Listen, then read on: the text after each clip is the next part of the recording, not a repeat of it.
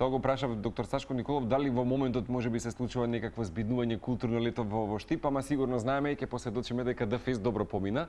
Уште една манифестација која што викендов беше одбележана токму во вашиот роден крај. Доктор Сашко Николов, добро утро уште еднаш. Ви благодарам што ја прифативте поканата да бидете дел од Утринска. Добро утро, благодарам на поканата, секој е задоволство да се биде ваш гостин. Задоволството е вистина обострано. Не знам како во моментот со оглед на тоа дека препоставам дека веројатно поради таа професионална деформација се обидувате да ги менаџирате можеби состојбите апропо кога доаѓаат вакви топлотни шокови. Што би препорачале за влегување и излегување од вакви ладни простории, а сега знам дека патувавте од Штип. Обично како си правите и адаптирате овие состојби? Кај мене е малце комична ситуацијата, бидејќи и во ангиографската сала и во амбулантата каде што прегледувам.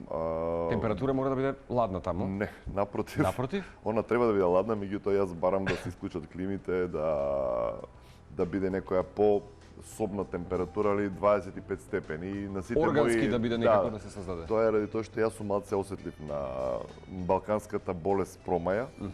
Осетлив сум на дувањето од климите, меѓутоа тоа е ради моја лична проблематика, да речеме, со синусите и така натаму, така да целиот персонал кој работи со мене врие тие неколку часа додека сме во амбуланта или во сала, меѓутоа пак од друга страна не дозволувам во својот организам да имаме рапидни промени на температурни разлики, кои што се уствари и една од главните причини за појава на инфаркти, појава на хипертензии, појава на многу несакани ефекти. Значи, особено кога имате, да речеме, интервенции во сала, тука нема преседа. Не, во ангиографската сала, таму температурата би требало да биде идеална и заради апаратот, и заради пациентот, и заради самата интервенција, некаде околу 18 до 20 степени. Тоа е некоја работна идеална температура во ангиографската сала и таа ја одржуваме генерално да биде колку што треба, бидејќи сепак во хипотермија кога ќе го донесеме пациентот, помалку се троши метаболни продукти, помалку распадни продукти имаме, буквално го доведуваме некој организам во некаква хибернација, да речеме. Не е тоа суштината на ангиографските интервенции, меѓутоа гледаме температурите таму и ради самиот апарат да бидат меѓу 18 и 20 степени. Меѓутоа кога ќе излеземе денеска на 38-40 степени надвор, и ако имаме 18 степени во собата, кај што живееме, тоа е веќе драстична промена. И тоа е шокот. И тоа е главниот шок и тоа апелирам до нашите граѓани да не ја држат температурата во домовите под 24 степени. Бидејќи се што е под 24 степени да ги изладиме, да ни доде пријатно во моментов, правиме ние шокова температурна шокова разлика во нашиот организам. Така да ние влегуваме од 40 на 18, седиме и излегуваме повторно на 40, крвните садови или се нагло стеснуваат или се нагло прошируваат. И во тој момент настануваат така наречените руптури на калцифицирачки меки плаки на крвните садови. И тоа се моменти на срцеви удари, ризик за мозочни удари, ризик за цревни удари, белодробни инфаркти и така натаму и така натаму. Не можам да вишам неколку колеги кои што веќе изразија задоволство и баш така екзалтација за денешниот јавен дискурс кој што ќе го имаме со вас и затоа што веруваат во секое ваше излегување, тоа што ќе го кажете, барем и советите кои што ќе ги кажете и вашите можеби методологии за превенција. Периодов со оглед на тоа дека Европа е на удар, особено централна и западна, со и големата причина за смртност која што во моментот ја има и во Франција, може би прочитавте нели за информациите, доктор Сашко, повеќе од 1000 луѓе кои што биле можеби нели од повозрасната популација и хронично болни, за жал подлегнаа поради жештување на самата купола, па се очекуваат и да се надминат температурите повеќе од 40 степени. А денеска зенитот го доживува и Македонија и Скопската котлина. Па мислам дека ова е идеално можеби ваше денеска доаѓање на тема да ги дадеме тие совети. Апропо нели за она што и Светската здравствена организација секој пат предупредува дека климатските промени веќе не се нели веќе само еколошки, туку и здравствен проблем, јавен здравствен проблем. Во Европа топлотните бранови се поврзуваат и со десетици илјади луѓе други дополнителни смртни случаи годишно. Најголем дел се должат на кардиоваскуларните заболувања. Па би прашал ве на почеток дали јавноста доволно ја разбира сите ние оваа врска меѓу екстремна жештина поврзана со срцето. Па видите, ние ово го зборуваме веќе со години назад дека конзумацијата на вода, односно рехидратацијата на организмот е многу суштествена и битна за секој човечки организам. поготово за повозрастната, односно средната и возрастната група, значи над 50 години луѓето веќе треба да внимаваат точно колку вода внесуваат во текот на едно деноноќе. И ние кога зборуваме 3 до 3,5 литри на ден вода треба да се внесува, тоа не Тоа е значи оптимум некој? тоа е оптимална тука не зборуваме за чаеви и за сокови. Вода. Вода H2O, значи чешма или шише, 3,5 литри треба да ги спиеме. Ради тоа што ние додека седиме, моментално правиме евапорација, додека спиеме во креветот легнати, преку кожата ние дехидрираме. Ние стануваме дехидрирани. Не зборуваме ние во летните периоди кога ќе излеземе надвор на 40 степени, веќе дополнително се потиме. Тоа е веќе адаптација на организмот. Ќе видите во тропските сахарските услови, таму бедуините се облечени во гардероба која што не дозволува жештината директно да влие на телото. Иако се наметки, сепак. Да, и на тој начин фактички го адаптираат организмот, бидејќи потењето е активно ладење на организмот. Некаква терморегулација. Терморегулација, меѓутоа тоа е знак дека нашиот организам не адаптира на температурата во која што живее, да речеме. Затоа ќе видите бедуините не се потат. Имаат направено систем за да се адаптираат на тие 45-48 степени кои што ги имаат во нивните услови на живење. Во наши очи изгледа како што изгледа, меѓутоа тоа е адаптација на организмот. Така да 3,5 литри вода, поготово кога ќе се разбудиме во првите 3-4 часа, ние мораме активно да пиеме вода. Бидејќи нели стандардите велат доручекот е многу битен, доручекот е битен за групата на граѓани кои што се занимаваат со тешка физичка работа. Вие ќе станете и треба да работите градежна работа или што го да е физичка активност, вие морате да имате калории за да може да го издржите. Меѓутоа за сите останати фели кои што не работат физичка активност, имат канцелариска работа, ние битно е да рипне доручекот и да го замениме со вода. Првите 2-3 часа во денот да испиеме барем литро и пол вода на 2 часа по пола литро вода, со што ќе орехидрираме организмот и ќе видите дека вие немате потреба од кафе или кофеин. Јасно. Бидејќи веќе вие сте внеле вода, сте го подигнале волуменот на крвоток во телото, сте разредиле крвта која што со дехидратацијата се згуснува и на тој начин вие веќе сте го подигнале, што викаме ние, метаболизмот во работни часови, во работна атмосфера. И веќе функционирате. Така да во овие жештини самата дехидратација предизвикува згуснување на крвта, а згуснувањето на крвта ствара ризик за зголемување на тромботични ивенти кои што нормално може да се одразат во форма на мозоче, на срцев удар, на тромбоза на вени, така натаму. Некаде не дај Боже удира. Да, дефинитивно. Што всушност се случува во организмот кога ќе се случи ваква температурна разлика, да речеме 35 или 40 степени, кои физиолошки би рекол процеси најмногу го оптоваруваат самото срце? Видите сега, што се случува како процес? Срцето ќе го замислите како една пумпа, која што буквално има за улога да ја движи течност од едната према другата страна. И сега ако таа течност е ретка и е, да речеме, вода, тоа ќе иде лесно. Ако ставите зејтин или ако ставите нафта, тоа ќе биде многу потешко. Нешто што е по-вискозно, по-густо. Фина метафора. Класична компарација, да. Така да ние во летните периоди, кога дехидрираме, крвта, големиот процент е вода. Најголемиот процент на крвта се состои од вода. Ние ја намалуваме водата, плазмата, крвните зрнца стануваат се погусти и движењето низ крвните системи, артерискиот и венскиот систем е поспор. Самото срце мора да се напрега, да ја циркулира таа густа крв, која што, ако не пиеме доволно вода, станува уште погуста и оно се мачи. Мора да замислиме дека срцето со истата крв која што е циркулира низ организмот, ја рециркулира и во себе, за да се самото обхранува со крвни деривати кислород. Така да, се мачи да ја циркулира крвта, тоа што ќе го прими за да се исхранува себе си е недоволно сатурирано со кислород, со вода, со течност, за да може да ги извади метаболните продукти од себе и да ги изфилтрира преку бубрезите и црниот дроб, ние се доаѓаме во еден зачаран круг, каде што колку помалку внесуваме вода, толку погуста крв, толку повеќе се оптоварува срцето, влегуваме во хипертензија, бидејќи срцето почнува агресивно да пумпа крвните Веќе садови. користи последните залихи од енергија за да даде и крвните сила. садови тогаш се напнати и крвниот притисок почнува да расте. И се чудиме, викаме, како летно време треба да падне крвниот притисок, како кај овие луѓе расте. Расте токму ради дехидратацијата и зголемувањето на вискозноста или густината на крвта во нашиот организм. Мора да ви признам дека последниве десетина години фрапантно ми е тоа што голем дел од моите сограѓани, мои, да речеме, соученици кои што ги среќавам, кои што сме делеле заеднички училишни клупи, подлежат веќе на терапија за хипертензија. Сега претпоставам и ги гледате витални луѓе едно друго, меѓутоа на што се должи се велам, ајде некогаш обезноста, гојазноста или некои други штетни влијанија, цигари или било што, ма што може да биде кај човек витален хипертензија тука сега? Видите сега, една работа што за жал ќе кажам ја имаме во изобилие, меѓутоа не е адекватно распределена по населението е храната. Значи ние денеска многу лесно можеме да дојдеме до хамбургер, до пица, до штипска пастрамалија, до не знам било каква храна која што ќе ја купиме и ќе ја конзумираме. На времето се знаело, месо се јаде во среда, понеделник, петок е граф да, си ги распределувате и практично. беше така распределено и се знаеше оброкот, се знае една чинија и пол завршува. Да, тоа не било дека немало. Тоа било повеќе бе останат од баби, прабаби и прадедовци дека храната треба да се јаде во таа количини толку.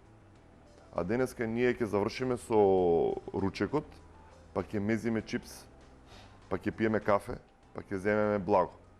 Ние од ручекот до наредната до вечерата ние не сме прекинале со внес на не сме прекинале со внес на било какви хранливи материи. Не сме го оставиле организмот да ја абсорбира, да ја процесуира храната во цревата, да влезе во крвта, па да се метаболизмот заврши својата работа, јаглихидрати, масти, протеини, па цревата да одморат,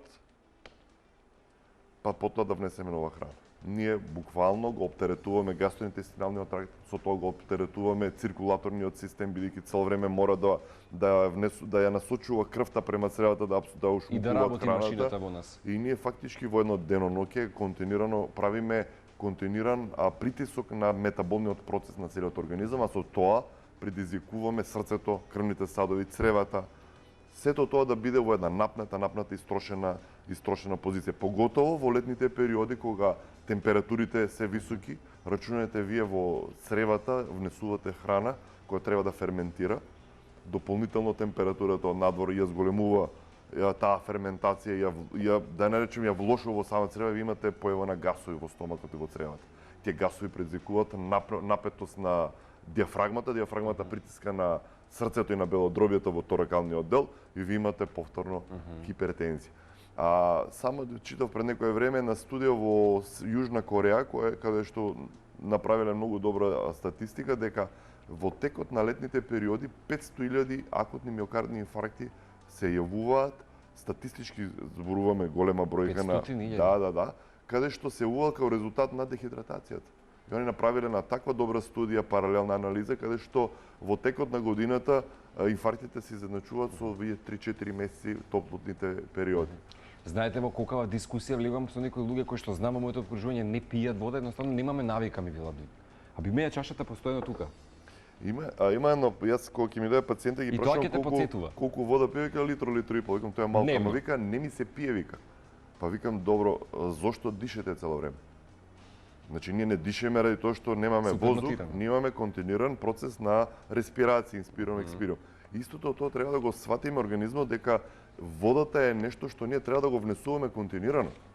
Бидејќи моментот кога ние ќе осетиме жет, тоа е веќе знак за дехидратација. Ние сме веќе дехидрирани. Значи ние не треба да се доведеме во состојба да осетиме жет, да ни устата сува, да ни јазикот обложен.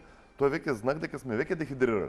Значи ние сме процес на стабилизација, на процес на компензација, сме ги поминале сите тие фази и веќе влегуваме во дехидратација. И ние тогаш пиеме вода, се враќаме на нула, добро е, сега веднаш влегуваме повторно во процес на компензација за барање на вода на организмот. И ние во едно деноноќе викаме, па нема потреба од вода, не ми се пие вода, и тоа го компензираме, ние ќе се напиеме кафе, кафето е диуретски ефект прави голем, идеме во помала нужда, дехидрираме дополнително и ние влагаме повторно во тој зачаран круг. И многу ми се допадна тоа што го нотиравте. H2O треба да се внесе конкретно, Конкретно. без чаеви сега ние Тоа е лубеници плюс. дали ќе јадеме диња или било каде ќе ја внесеме водата. Тоа е се дополнително во внесувањето. Водата на организмот му е потребна за да може да функционира. Сите метаболни процеси, сите процеси на создавање на енергија АТП према циклична АМП, тоа се аденозин монофосфат, тоа се клетки во самата молекули во самата клетка која што има фактички составен дел нашето тело, потребно за да се формира за да работи таа клетка. И се е поврзано со водата. Јасно. Водата и кислородот. Ако во самата вода H2 хидроген и кислород, ние внесуваме молекули на кислород во самата вода. Така да ние му дозволуваме на метаболизмот да ја користи кислородот од водата, да го ходи хидрогенот од водата, бидејќи сите тие клеточни потенцијали што ги имаме на ниво на клетка се потребни во промената на позитивните и негативните потенцијали, за да може таа клетка да биде активна и да потенцијалната мембрана фактички на самата клетка да биде, ја викам, напната и јака, тоа е здрава клетка, него ли да биде згужвана, да биде исушена, тоа е веќе знак на старење на клетката. Така да многу често им го зборувам дека рачунете една клетка ќе ја замислите како земјината топка со океаните внатре во нејзи. Колку повеќе вода имате внатре, сите оние ритчиња, суви земји и копна што ги гледаме, цветаат и стануваат зелени. Колку се намалува водата внатре во самиот океан, толку се суши и ја губиме фактички функционалноста на нашиот организам. Не знам од каде да почнеме, толку работи и прашања имам.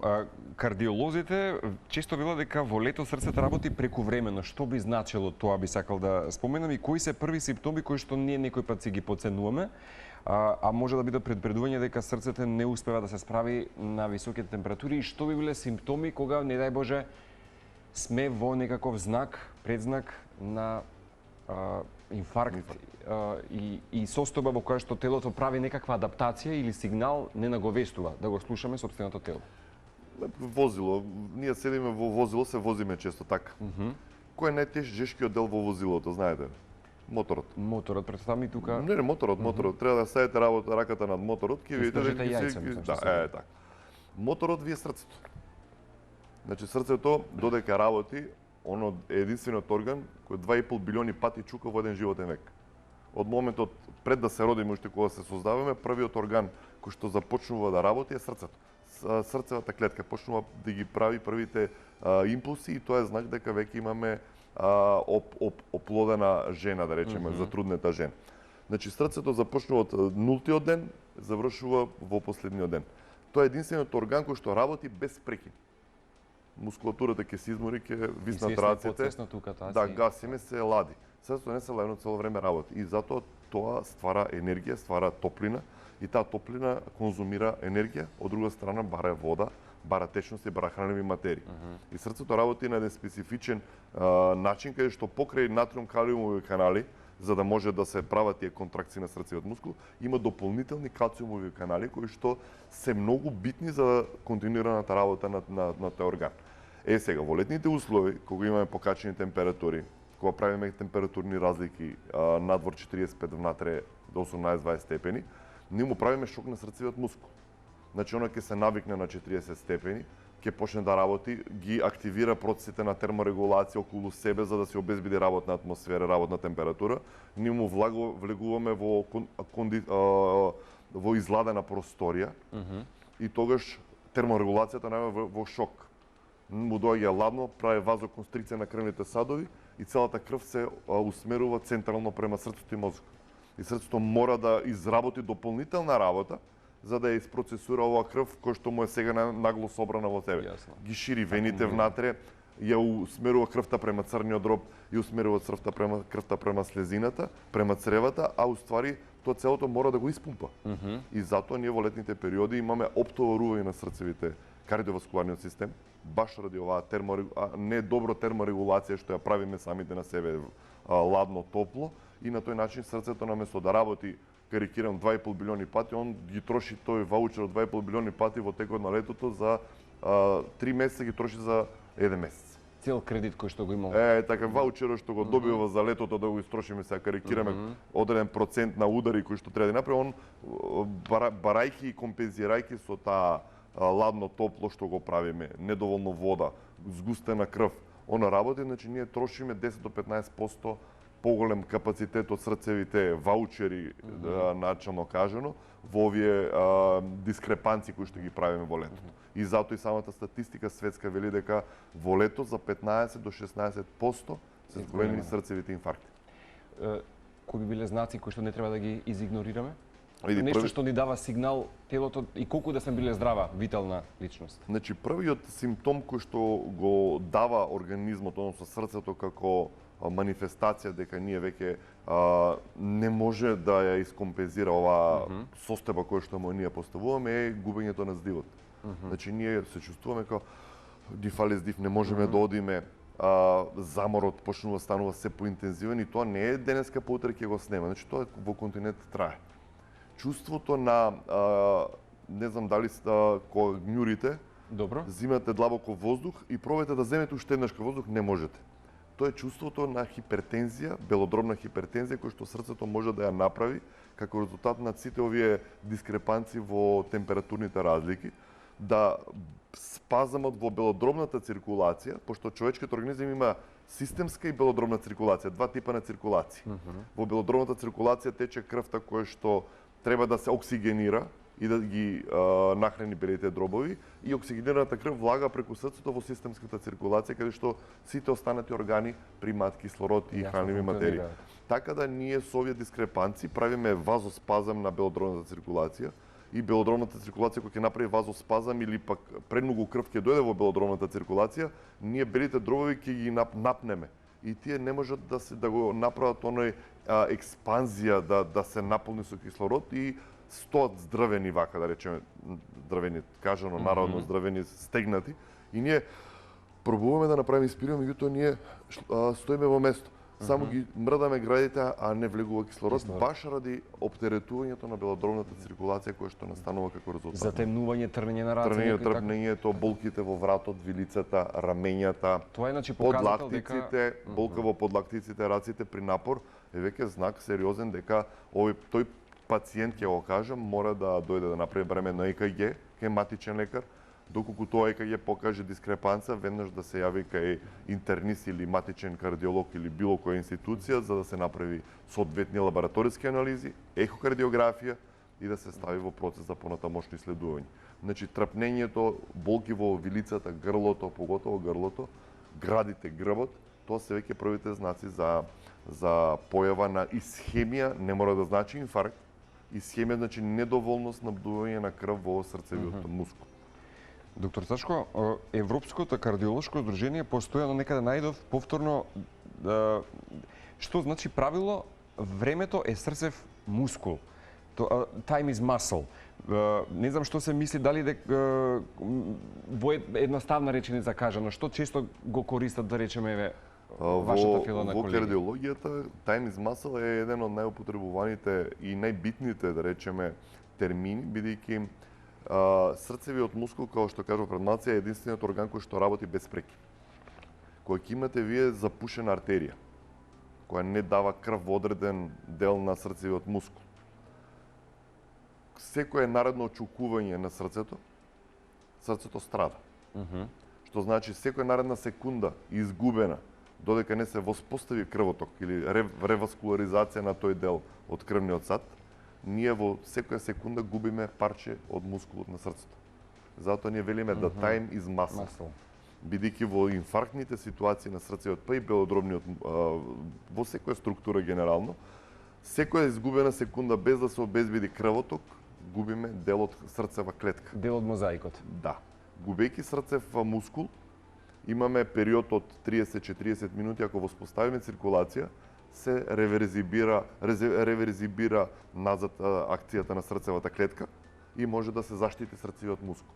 Меѓутоа, секоја минута, саат изгубен надвор од зоната на исхемија, влегуваме во некроза и тоа веќе знак дека тој срцев мускул не се враќа никош назад и реверзибилно оштетен, ствара цикатрикс или некроза лузна на срцевиот мускул и тој веќе никош во животот не може да се врати назад.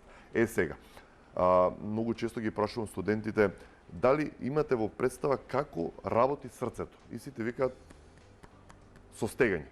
Меѓутоа не. Срцевиот мускул прави една многу карактеристична и самата негова градба е со циркуларни мускулни влакна кои што се поделени на пошироки, потесни. И функцијата на срцевиот мускул е торзиона контракција.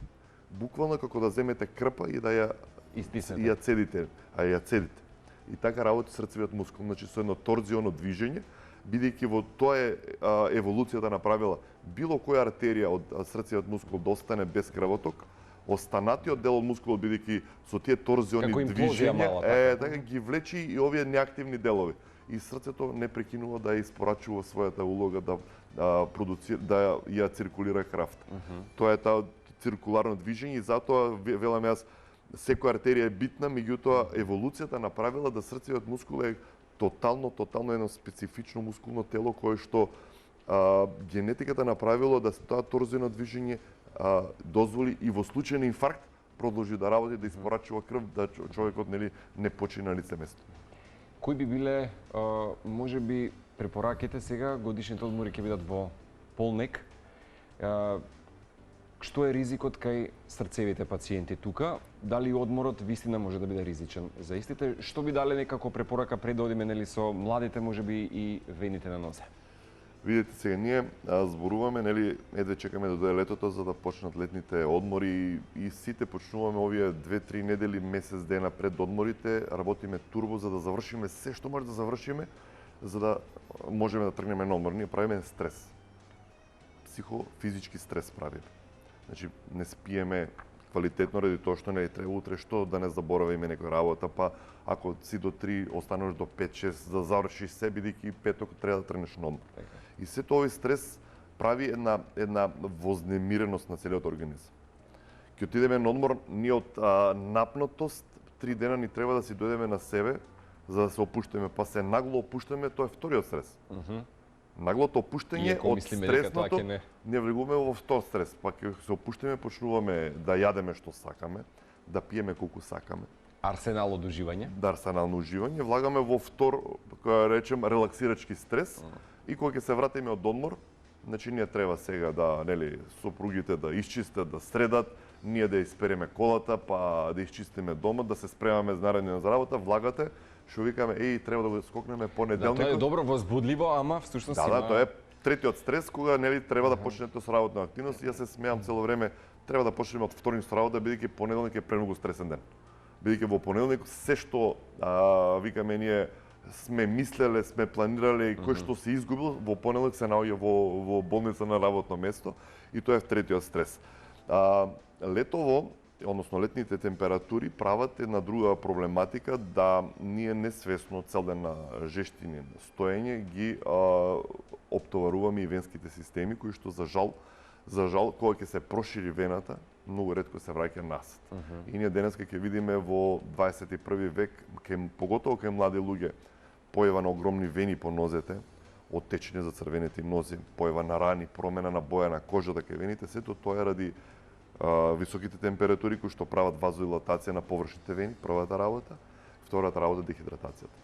Повторно се враќаме назад, недоволното конзумирање на вода, бидејќи ако вие не пиете вода, немате диуреза, вишокот течности и токсични материјали остануваат заробени во нас, прават воспалителни реакции во самите ткива, поготово во подкожното ткиво, мускулното ткиво, кое што ги воспалува најчесто површните вени. И тие се екlatantни физички симптоми кои што може да ги забележиме како појава на... Да, ги гледаме многу често, за жал, обезноста како болест на 21 век, поготово кај кој што кажете пред малце, кај помладата популација со стомаци.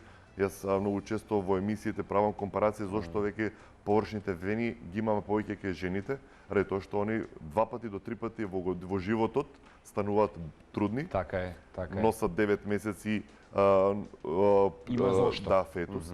Сега кај мажите имаме машка трудност, односно големи стомаци кои што предизвикуваат притисок на венскиот систем во стомакот. Со тоа ја оптоваруваат периферната венска циркулација. Браво. И истото сега почнува да се изравнуваат статистиките помеѓу проширените вени кај жените и кај мажите од овие причини. Баш од овие причини, обезноста, физичката неактивност, неконзумирањето вода, неводењето на здрав хигиенски, физички здрав живот. Сите овие работи предизвикуваат една лоша навика, лош стил на живот предизвикуваат овие болести да бидат епидемија па и пандемија на 21 век во Македонија.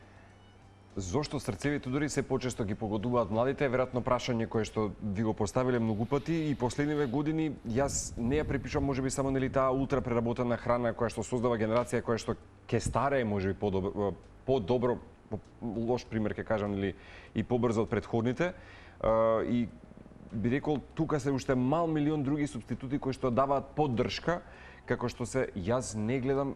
Интересно беше дегресија пред извесен период една моја пријателка која што се бави со тај чи чуан, сака нели да создаде една поинаква филозофија на животот и така натаму и таа вели како би ги опишала днеска младите? Чија пудинг, автомобил, тетоважи и вика Айкос, вајпери.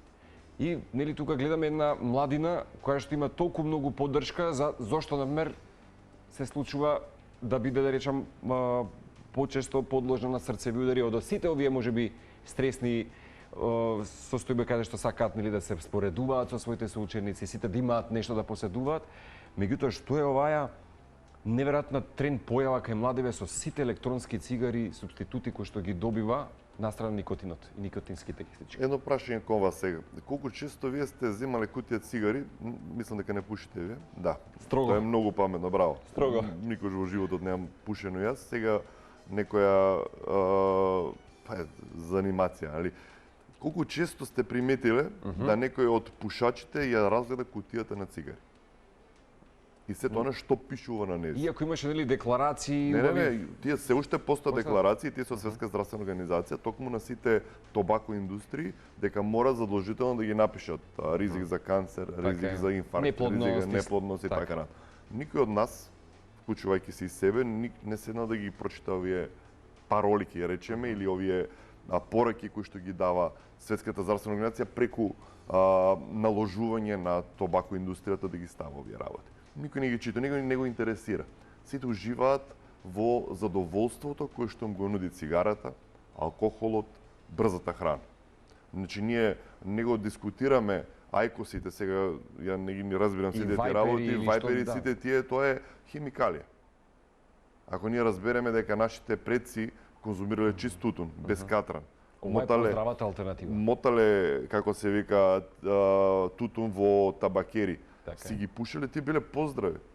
Ем го задоволувале својата лулиња, задоволувале потребата за тутун, меѓутоа не внесувале катран. Катранот е главниот проблем, не е никотинот.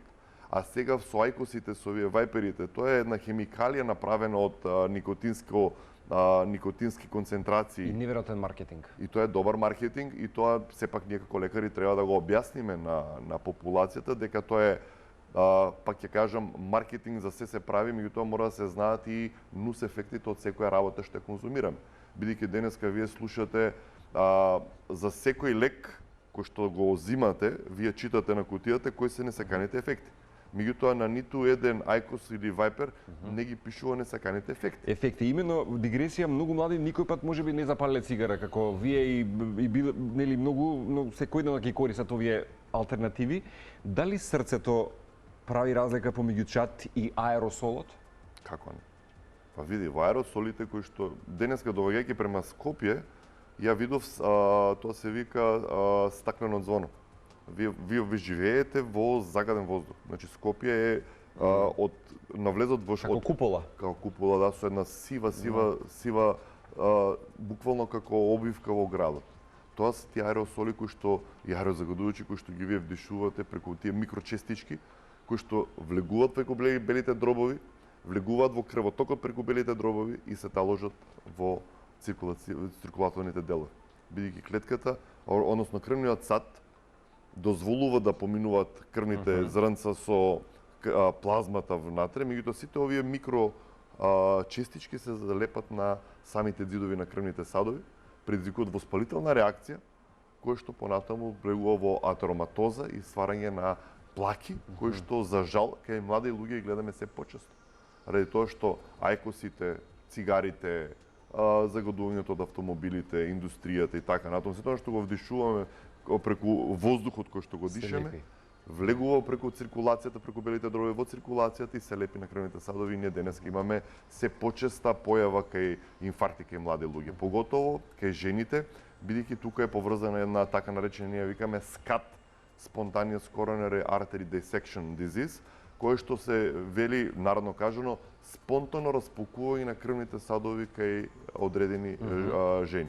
Поготово во возраст меѓу 35 и 45 години, и ги имаме по статистика, водиме ние во Штипската болница, имаме статистика дека десетина пациенти годишно, млади жени, доаѓаат со инфаркт не предизвикан од атеросклероза. Инфаркт предизвикан едноставно распукување на крвните садови.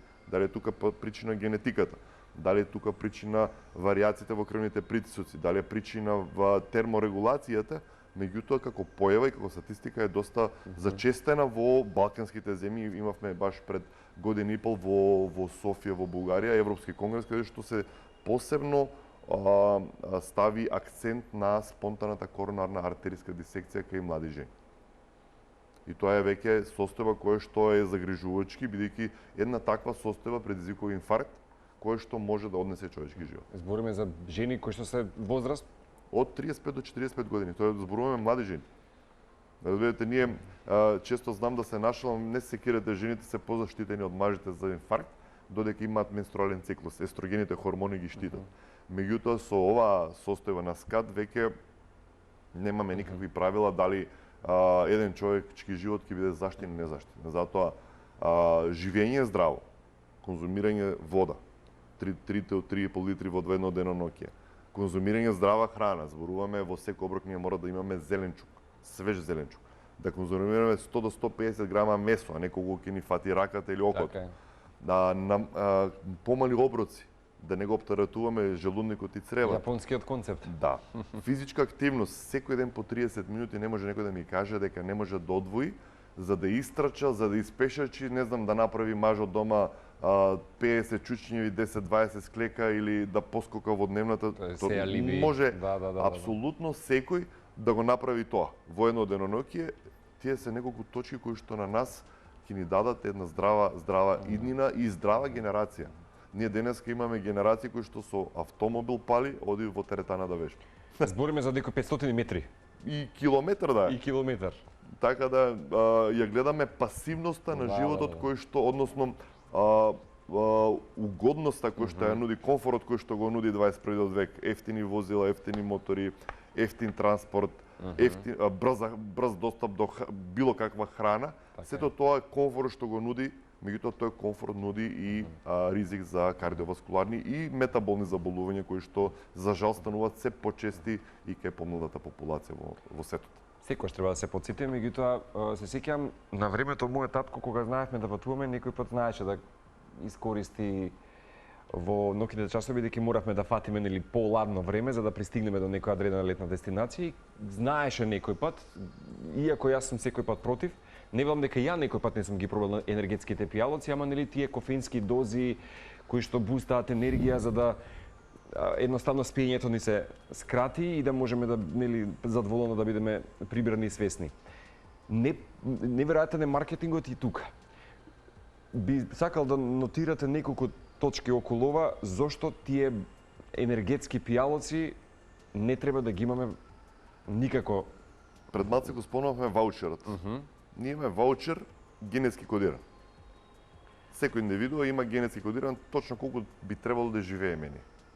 Значи, генетичарите во оманот точно можат да определат дека секој индивидуа по ген треба да живее 90-95 години. Меѓутоа, гледаме дека старосната граница се поместува над 80-75 години, значи се скратува. Зошто?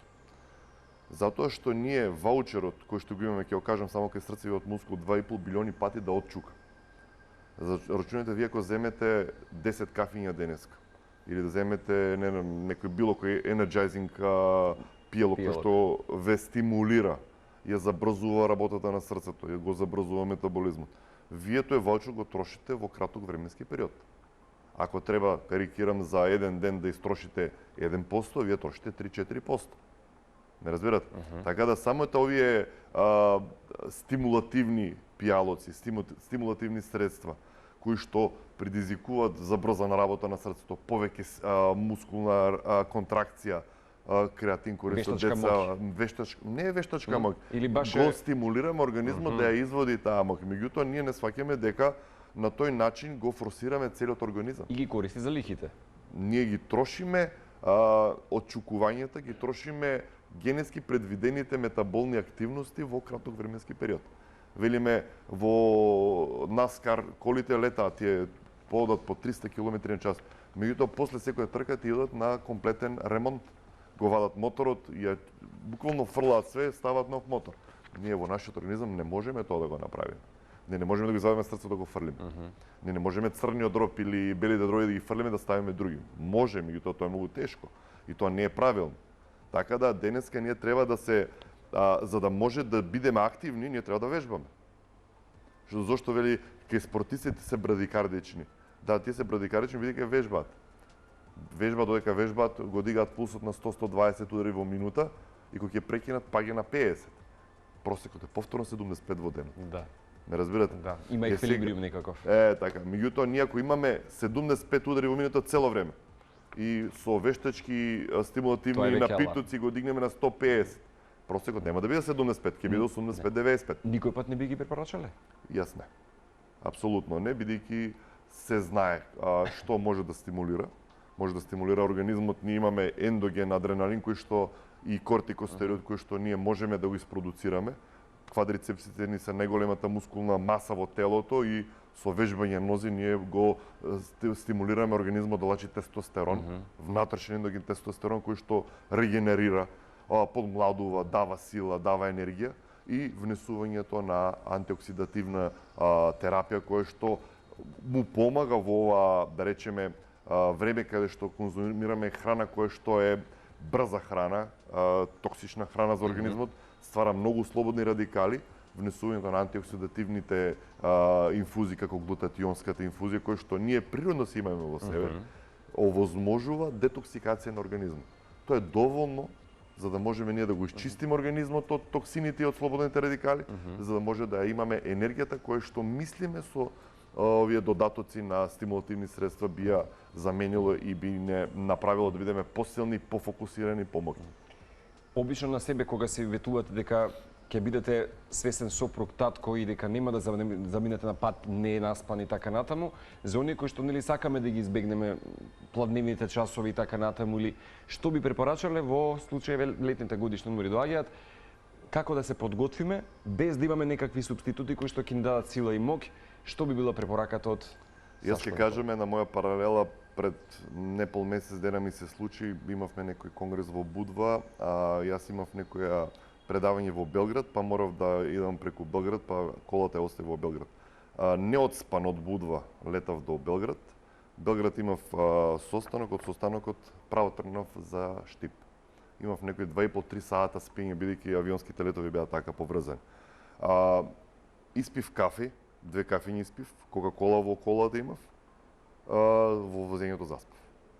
Тоа беше една секунда, меѓутоа тоа беше толку страшна и езива состојба да вие немате контрола над вашата свест. Подсвеста ја презема контролата, вие заспивате во моментот на максимална активност додека возите. Зборував на телефон, само што затворив со телефонот, заспав, зборував на hands-free. Совет за сите оние кои што сега треба да патуваат, поготово и луѓето од Србија кои што преку Македонија одат во Грција, тоа е транзитираат, мораат да имаат 24 часа одморен.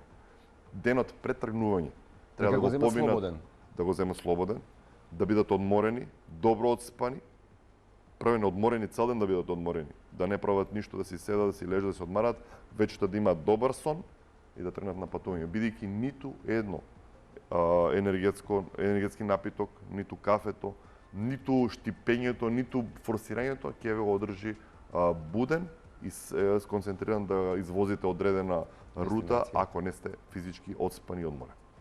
Доктор Сачко, сега би сакал некаде конкретно интервјуто да се посветиме за високите температури кои што влијаат и врз вените на нозете. Тоа ви е исто така тема на која што многу ве поврзуваме и јас би сакал да побарам сега од колегите со тоа што предупредуваме секој пат. Ова се фотографии, видеа кои што може да бидат и малку сензитивни за одредени граѓани, така што еве предупредувањето кое што доаѓа еве и мое и ваше, бидејќи фотографиите се од ваши лични пациенти, така пред и потоа земени, пред интервенцијата, бидејќи под дејство на топлината вените природно се шират, тоа кажавме нели на почетокот, што го отежна враќањето на крвта кон срцето. Кај луѓе со проширени вени или хронична венска слабост, тоа може да предизвика чувство на тежина, блакото, како што кажавме, на глуждови нозе и поизразени веќе вени. Сепак важно е да се нагласи дека топлото време не ги создава, барем тоа што читав проширените вени, тие најчесто се последица на наследни фактори, возраст, бременост, прекумерна телесна тежина, долготрајно седење, сега придонесува секако и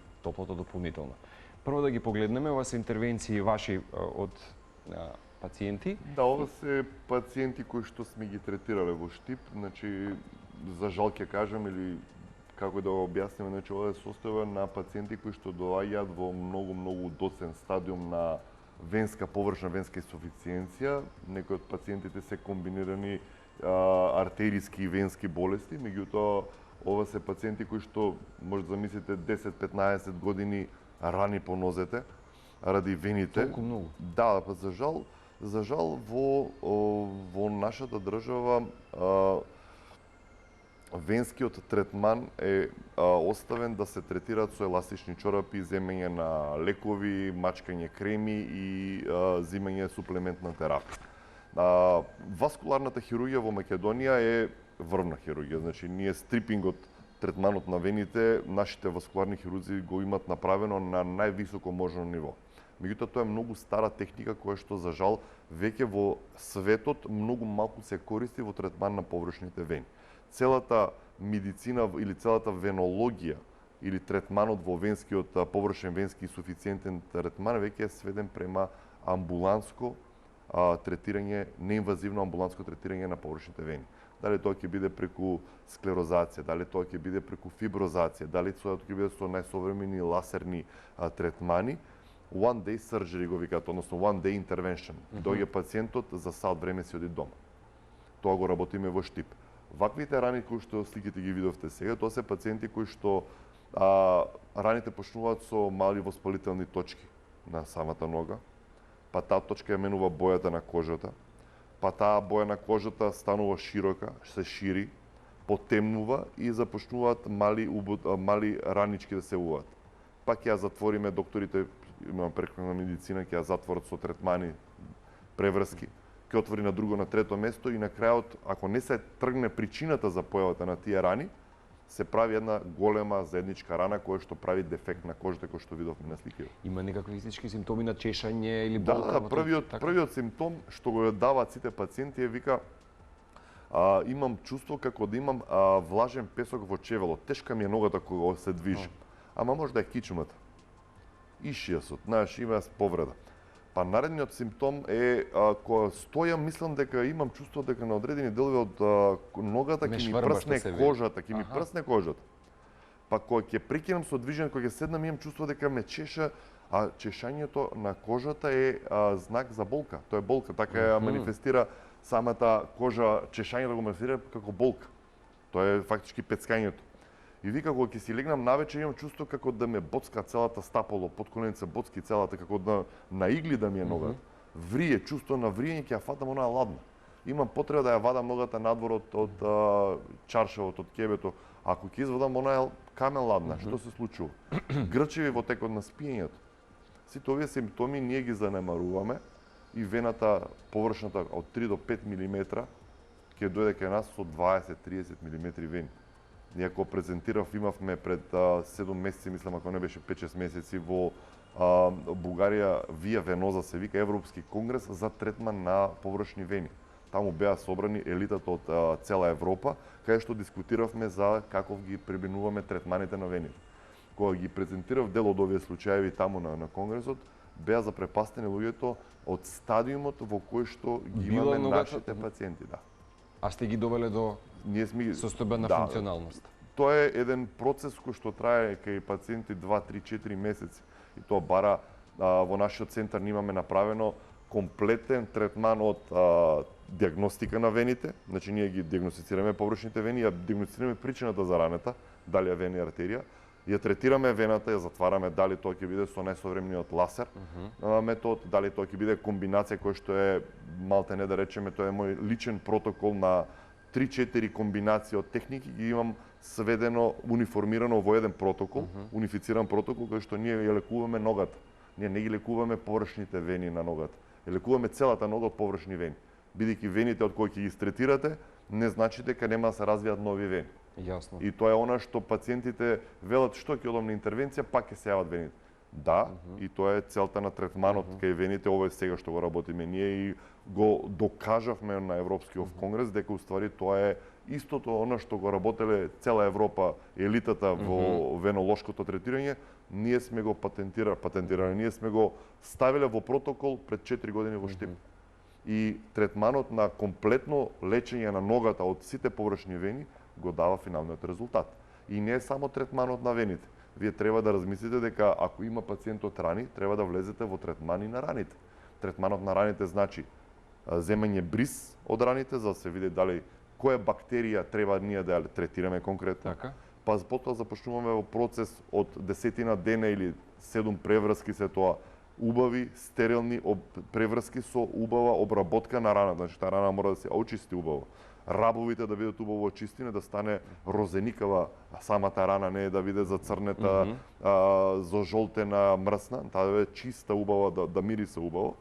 И потоа влегуваме во процес на третман со ние ставаме глутатионски гази кои што стојат и предизвикуваат оксигенација на кожата. На крајот ласерна терапија која што предизвикуваме хиперемија, зголемување на крв во самата рана, магнетна пулсна терапија која што го намалува отокот на самата кожа околу раната за да се обезбеди полесна циркулација и на крајот онаму кај што треба ставаме соодветна вакуум преврска која што е специјална преврска каде што буквално вие под вакуум негативен притисок ја влечете кожа, односно раната да гранулира и да се изравни со нивото на кожата и да затвори. Само за крај, ова се, да речеме, пред и потоа фотографија од прилика колку временски период додека се доведе Имаме до... пациенти кои што за десетина, генерално оние што се ги викаме улцерни, венски улцерни рани кои што се помали за 10 до 15 дена зацелуваат сами по себе. Ова е веќе, да, ова траеше, мислам дека месец и пол до 2. Кај овој пациент 2 месеца траеше целата оваа рехабилитација. Овој пациент беше дојден, ако не се лажам, од Охрид. Овој пациент имаше комплетно зацелување за 4 месеци, бидејќи Да, како што пишува, да. од кога заврши, 5 месеци, да. Од кога завршивме со третманот, таа нога се цернираше. Кога доваѓаше кај нас, буквално оставаше траги од сецернација од самите рани, меѓутоа после 5 месеца комплетно засуши целата и заздраве целата нога. И целосно функционално... Целосно функционална нога. Тој е пациент од Велес. Многу сум среќен за него, бидејќи 5 години живеел буквално као Жорж, јас носев пелени со мене, вика, за да каде да идам правев проблеми. И целиот овој процес, целиот тим кој што е ангажиран во третманот на вените, не се само вените. Значи имаме тим кој што е одговорен за диагностика, тим кој што е одговорен за третманот на вените, тим кој што е одговорен за преврските, тим кој што е одговорен за ласерната и магнетната стимулација, тим кој што работи вакуум преврски. Тоа е една цела екипа која што во последните 4 години по различни едукации низ Европа успеавме да го донесеме најдоброто што е можно за третманот на површните вени со рани, компликации од рани за комплетно зацелување. Дури колегите од Франција, професорот кој што е пионер во ласерната терапија, ќе дојде на крајот од летово во Штип за да го види процесот кој што го имаме ние стандардизирано во нашата институција, како ги третираме пациентите од диагностиката до последниот ден, бидејќи кај ни во Франција оваа состојба нема. Во Франција вовеле во француското здравствено здружение на вени ги ставиле дека површните вени не се естетика, него тие се класична болест и треба да бидат третирани како болест. И таму во првиот момент на стадиум 1-2 лесен према изразен рефлукс на површните вени влегуваат во процес на третман на вените и не се доведуваат во стадиум да имаме промена на бојата на кожата или уште полошо вакви дефекти на кожата од рани на пациентите. го заслужувате местото каде што сте. Знаете дека најбавиот аплауз доаѓаат луѓе кои што можеби не ве познаваат или ве познаваат, ама сериозно мислам дека ќе се сложат сите кои што не гледаат на Телма дека овие 45-50 минути колку што денес имавме излегување беа како минута по минути, затоа што кога имате човек прекрасен кој што си ја знае и сака пред се работата, времето врви брзо. Вистина од се срце благодарам за Фала ви многу на приемот мој кај вас во вашата емисија. Ми е секојаш задоволство бидејќи вие сте еден новинар кој што буквално и нас лекарите ни изненадуваш со одредени статистики и бројки кои што ги вадиш, значи доаѓаш спремен на секој твој гостин што доаѓа, пошто ја следам твојата емисија, секој гостин што доаѓа кај тебе ти си спремен во неговата фела, во неговото работење со податоци и факти. Тоа е многу лесно за разговарање понатаму. Знам да направам некој пат и јас заблуда да направам грешка, ама се обидам да влезам во чевлите на секој соговорник и да бидеме тука тандемски да го изградиме убавиот однос. Останете ми најдобар како и досега и се гледаме за скоро повторни и пријатно лето ќе посакам. Убаво лето и на вас и вашите гледачи и се надевам дека ќе имаме мирно, здраво лето. Пред се. Се надевам дека ќе ги искористите овие совети кои што доктор Сашко Николов ги сподели. Малку е секој пат времето со него, ама еве ветуваме секако и повторно за скоро да имаме средба токму на Телма телевизија.